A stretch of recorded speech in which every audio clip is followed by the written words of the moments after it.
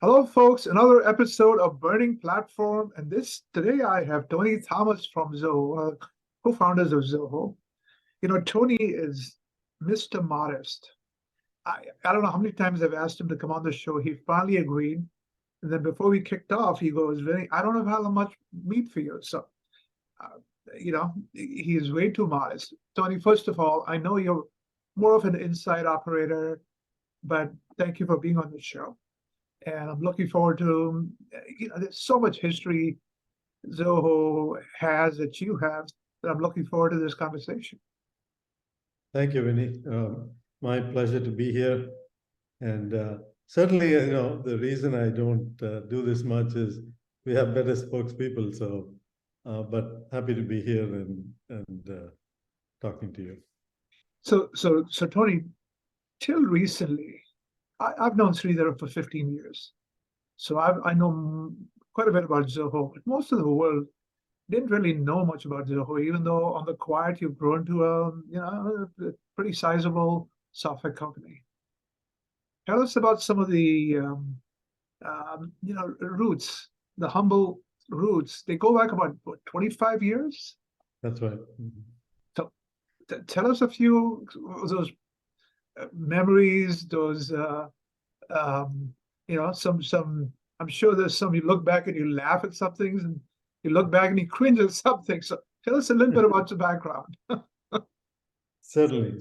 And yes, you're right. It was very humble beginnings when we think back to how far we've come now, being a very large team, or a wonderful team that we're very proud of.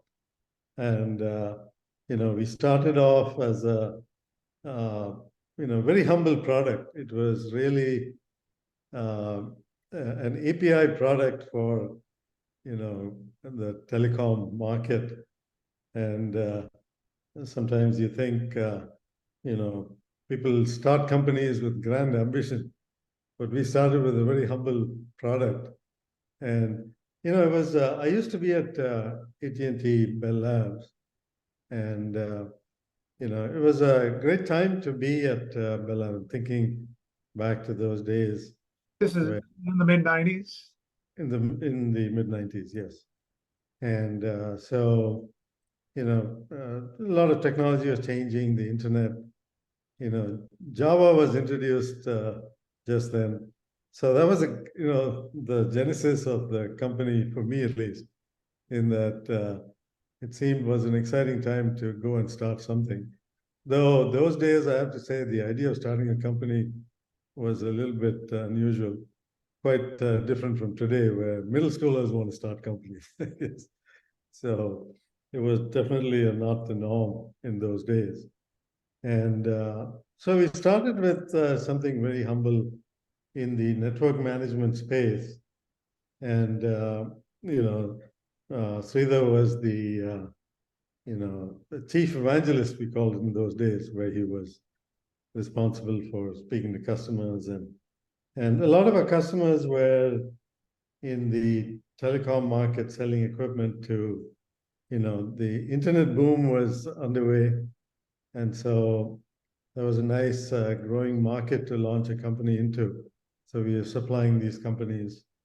And we didn't know anything about business. We were some technology guys having fun building something.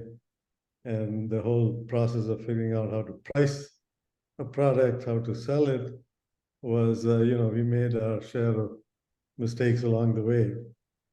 But we needed to be taught business and so on by people that came in and helped us sell. And the whole notion of value-based pricing and all of these things were new concepts to us in those days. But Sridhar had a good sense of business early on. So at some level, he both technology and business. One of the nice things used to be that customers used to really enjoy talking to Sridhar because he would know a lot about their products and their technologies. He was, really into both business and technology, and that helped a lot. I was busy building the product and with a small team. And so it was a good partnership, and the rising market made it a great time. So much so we had incredible growth in 2000, and I remember Sridhar having the good sense to ask, are we geniuses or is it a bubble? So we all knew what the answer was. Kind of blog post he wrote where he said, can we start to pay ourselves a salary now or something really? Like, Correct, you've correct. been in business how many years and you're just starting to pay yourselves? So yeah, very early on we paid ourselves a minimal salary. It was barely enough to get by, but it took at least a couple of years before we could pay ourselves a good salary. But bootstrapping was the model we chose, and it was a little hard in the early days to make it work. But luckily, we were at a good point in the industry, and so it was. We are technologists, so in some sense, the fun of building product, that was the genesis of the company. And it continues to this day, where if you look at our people, they're all motivated to create something. We have great teams and leadership in the company now, and they're all very much in that same mindset of having fun building the company. So that's been the core of the company, giving people a chance to and the freedom to go and create stuff and have fun doing it. Of course, a lot of other things also need to happen, but that's pretty So much Tony, the core of it. so Tony, put it in the context of almost 30 years, but every company has pivot points, right? Mhm. Growth spurts, you're private, you haven't gone IPO, but many of them will go IPO long before your size.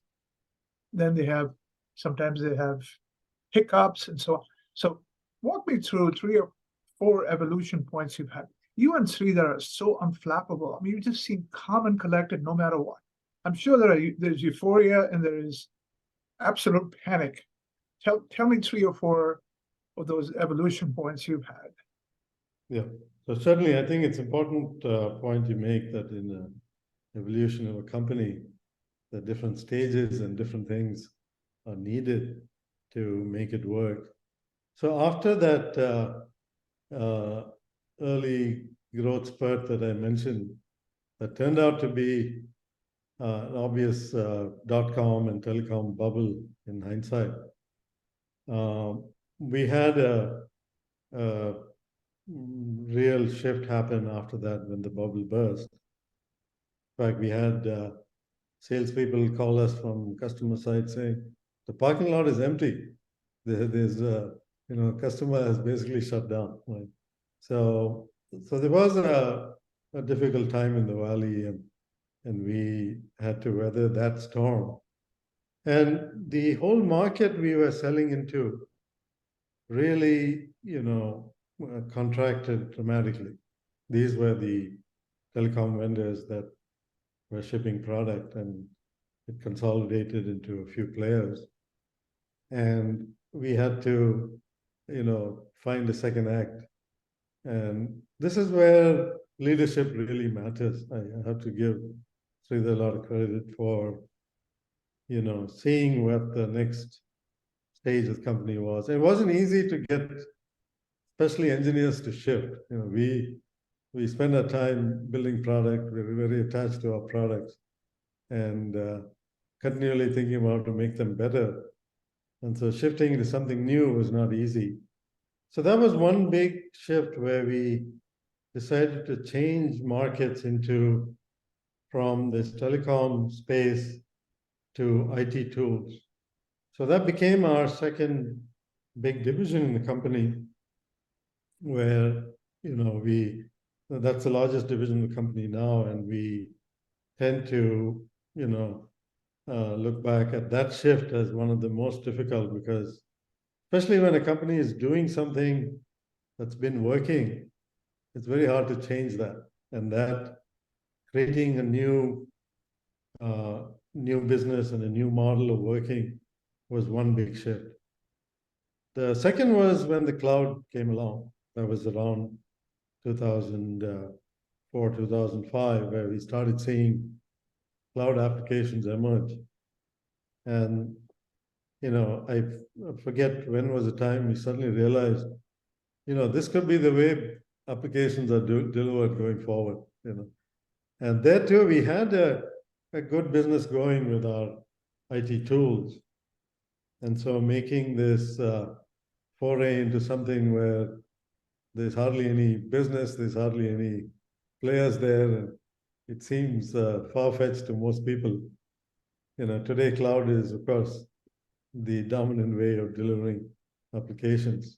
So getting into that business as well was a shift that we got in early, and that definitely has helped the company over the years.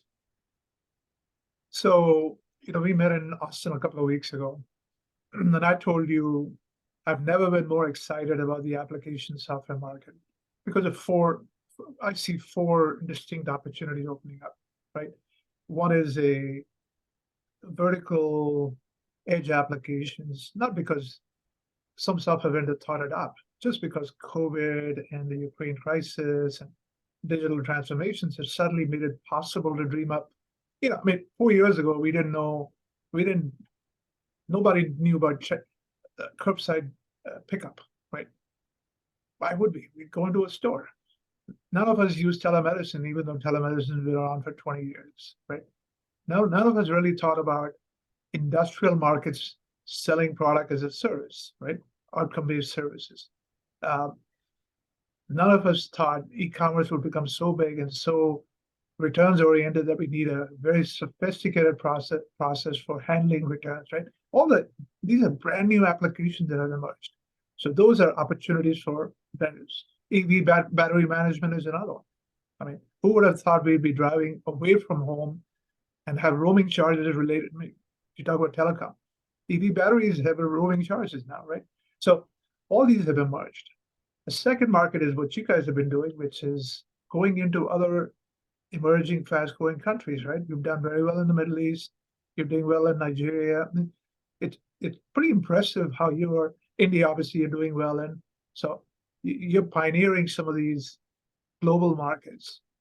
The third one is generated by AI, right? And we'll talk about that a little bit more. The fourth one I see, not so much from a vendor perspective, but I'm seeing a lot of CIOs go, I should be using low-code tools to, basically empower my domain experts. Why do I keep buying application software? It takes years to get it implemented, costs a lot of money, and so on. So those are four markets that I see. I think every vendor is going to go through their transition for the next few years as they decide which of these markets they want to be in. As you look forward, clearly the global one should be a big opportunity for you. Where else do you see, and what will you need to do to be able to be successful? Long question, sorry. It's a very important question for every software company, so it's good you be talking about this. The way we see software is, if you look at the current adoption of software, a lot of it has been around business operations, the way I would characterize it, in terms of going digital, as some companies would call it, especially in the emerging markets. And we have been very focused on the economics of it. We see, the need to provide software to businesses and make it, provide value to companies. We see a lot of this becoming more like a utility over time, where people need software to run their business. And that is a phase that's been underway for many, many years. But in many emerging markets, the adoption is only now happening in significant ways. And we very much want to be part of that, and are seeing good success in a lot of developing markets where value matters even more than in some of the developed markets. So we're a value player, and we see ourselves having good opportunities, and we see good growth in many of these markets, as well as companies seeing the need to derive value from their software. So operations, and there will be a lot of shift in that we can talk about as well. But the next phase we're looking at, we see as very important, is where software gets deeper into these different industries. So at one level, it is verticalizing software for operations in these different industries. But we see it as deeper than that. We see a software getting embedded into the devices and machines and the automation and all of these pieces coming together. You've heard of things like Industry 4.0 and so on that have these visions, and we see that as getting pervasive. So we want to get in early on these areas across industries, and we are investing in getting into these. We certainly are very early in that journey, but we see that as the future of software, where both the operations and working with the machines, automation, all of this comes together, and there will be opportunities in each of these. And we see ourselves. And Tony, for these markets, like you said, you guys like to build product, but do you have the domain knowledge? Will you have to bring domain knowledge from outside? How will it change your go-to-market, or do you see the model continuing? Yeah, so that's a complex question for us in terms of how do we get into these industries, and how do we become a player in different domains that we know very little about. And so we have started working with different companies, either investing in different companies that are pursuing products in those spaces. In some cases, we have built our own teams going after these opportunities. So we are using that as the vehicle to get into these industries. And we certainly see value coming out of just integrating with the technologies that they have. But our goal is to get much deeper, as I said earlier, into these technologies. And so it's a long journey for us, but we are quite excited by the potential to bring in from automation to new ways of AI, ML with simulations, and many different technologies that are coming into the fore here.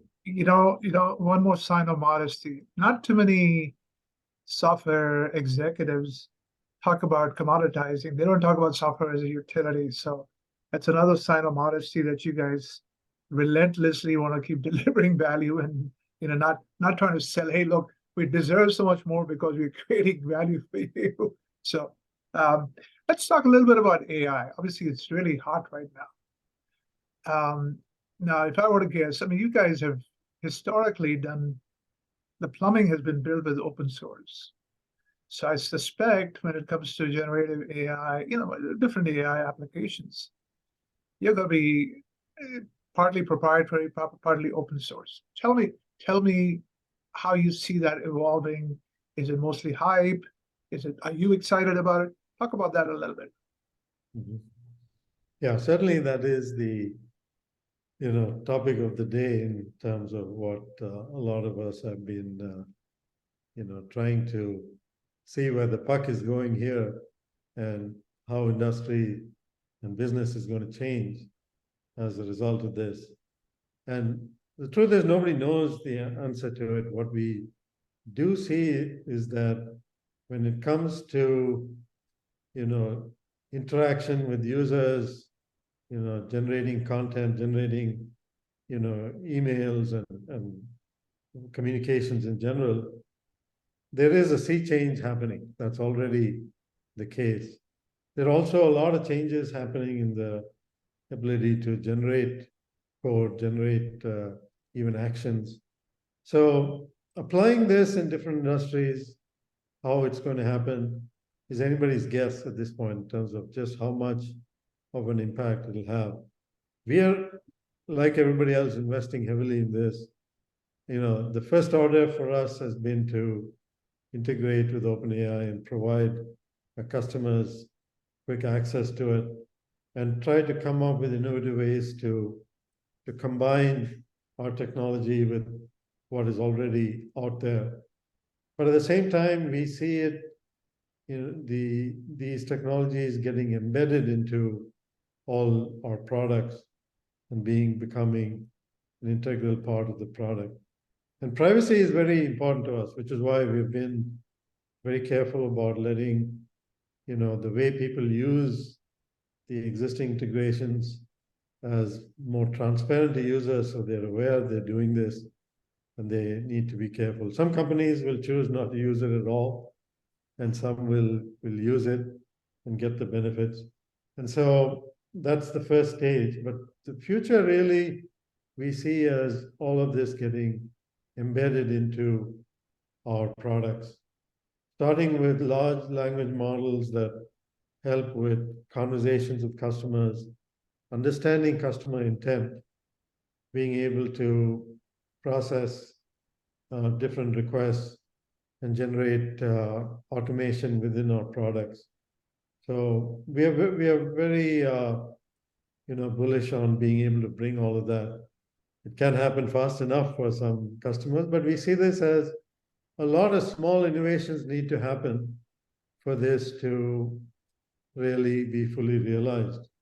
And it's not an overnight thing, but we see it as a steady progress we feel confident about. Customers coming to you with tangible use cases, because that's one thing I'm not seeing enough in the enterprise.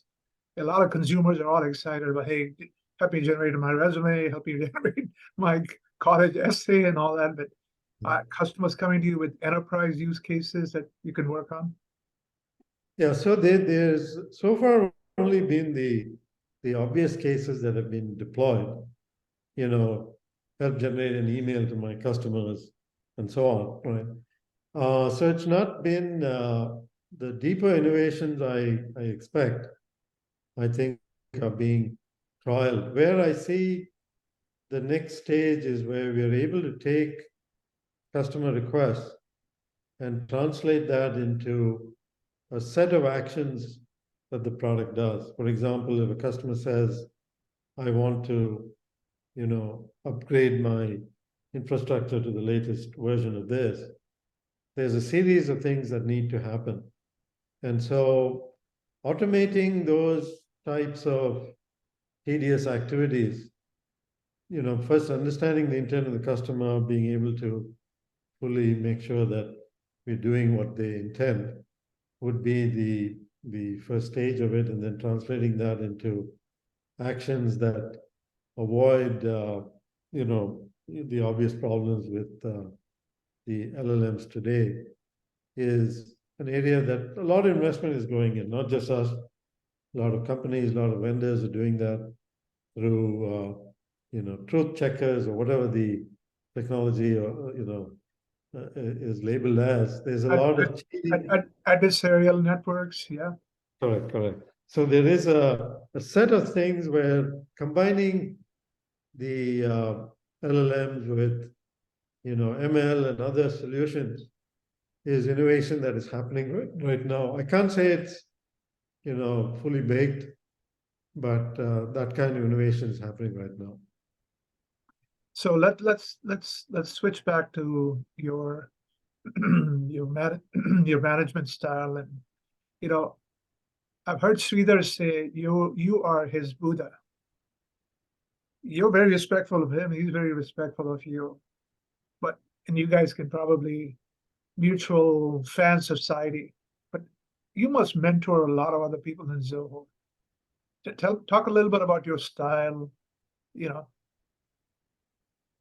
Certainly, Sridhar and I are not always, fans of each other, but we certainly I'd like to hear that sometime over at Frank.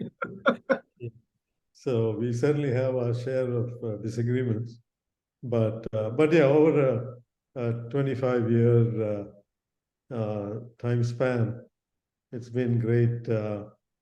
You know, talking to him almost every day and having, he's a brilliant mind, I have to say, in terms of, you know, constantly generating ideas. So much so that the first time I met him, I remember thinking, how are we going to get anything done if we're going to talk about 100 different things?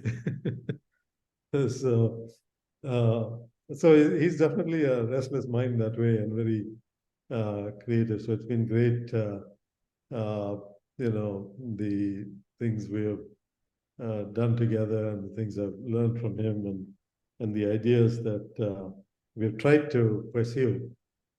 One of the things I feel really proud of is we have a great team of people with leadership that has grown far beyond what I would have imagined in terms of running large businesses and building great stuff that we're very thrilled to have. One of the challenges I've had though is I've been sitting in the US most of this time, and much of the team has been in India. So it's been, one of the regrets I have is that the time I get with the other leadership is far less than I'd like. But I'd say the biggest aspect of the company that mattered over the years was sort of respect for people and giving people freedom to learn and do what they believed in. We have always had, uh, light management style of doing things, giving people a lot of freedom. That obviously, is good and bad about these things. But from a point of view, our perspective, that's the strength of the company. That people feel a sense of ownership and freedom to do what they think best. And that style, I hope, is widespread in the company. Now, different people have different styles and manage things differently. So I know not all divisions run exactly the same, but the core culture of respecting people and giving people freedom is very much part of. Tony, I was part of a small team that analysts that went to Chennai in March. And two things that really stood out to me was how many young Zoho employees were presenting to us, and nobody was watching their backs. They were confident. They knew what they were talking about. And I go, this is remarkable. This is fair down in the organization, that quality.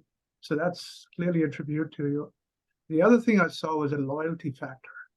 My God, I'm clearly, I mean, you guys have invested a lot in them, and they're loyal for that. But just amazing the amount of loyalty your folks have. So that's great to see. Yeah, no, we certainly appreciate our teams and what they are able to do. Certainly, it all comes from our employees' initiatives. In many ways, the team, taking the ownership to do what they do is what you're seeing today. And so continuing that culture of people doing what they believe in, enjoying the process of building, great product is what we, have faith will help us in the future as well with all the changing tides that you mentioned. The industry is constantly changing. And the other big benefit we see is the technology is getting democratized across the world, particularly in India, there is a sense of confidence growing that people can build great technologies. and deployed in their local communities. So we see that as a very powerful force in both software as well as getting into these other industries I mentioned. So we are very excited by the next 10 or 20 years that we see of growth that we expect. So I gotta ask you a personal question. How do you stay so unflappable? Is it yoga? Is it TM? I know TM is pretty popular in India. Is it your faith? How do you stay so calm? Yeah, no, it's a question I don't have a great answer for. I guess it's partly nature, partly experience, I guess, having gone through, stress early on and realizing it doesn't help anything. So trying to, be calm and realize things are never as bad as they seem. Things are never as good as they seem, right? So realizing that there will be ups and downs, and looking ahead to better days is the way to be. And so so that's purely a nature thing. Or not purely, but mostly a nature thing, I think. Well, Tony, thank you so much for the time. Any final thoughts? No, I do think that we are in an interesting stage in the geopolitical and economy situation. With these shifts happening, we have to be obviously a little cautious about the trends and what might happen. But on the other hand, the opportunities are tremendous, and it's a great time to be a technologist building solutions. Despite all the negative things you might hear, I think being a technologist, I'd say technology is the answer to many of our problems. And solving from climate change to whatever problem is facing humanity, I'd say, uh, allowing teams to build great technology and continuing that is where I see the optimism for the future. Well, Tony, thank you so much for your time. You opened up. I finally managed to convince you to open up, and I'm honored by that. Thank you very much. Thank you, Vinnie. Good talking to you.